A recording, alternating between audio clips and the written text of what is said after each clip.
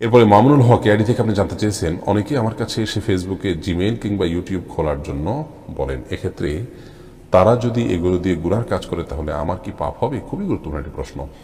কেউ যদি আপনার কাছে জিমেইল বা ফেসবুকের অ্যাকাউন্ট খুলতে আসেন, আপনি তাকে যদি অ্যাকাউন্ট খুলে দেন আর তারা সেই অ্যাকাউন্ট ব্যবহার করে যদি অপকর্ম করেন, গুনাহের কাজ করেন, আপনার গুনাহ হবে কিনা?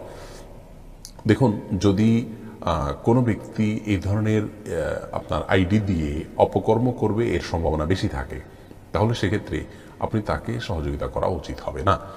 আর যদি তার অবস্থা বোঝা না যায়, তাহলে সেক্ষেত্রে একজন ইমানদার হিসাবে সুধারণাবশত তার প্রতি তার জন্য এগুলো আপনি খুলে দিতে পারেন, কিন্তু সেই সাথে সম্ভাব্য অপরাধ থেকে তাকে বাঁচাবার জন্য আপনি অবশ্যই নসিহা করে দিবেন, উপদেশ দিয়ে দিবেন, সেটি আপনার দায়িত্বের মধ্যে পড়ে।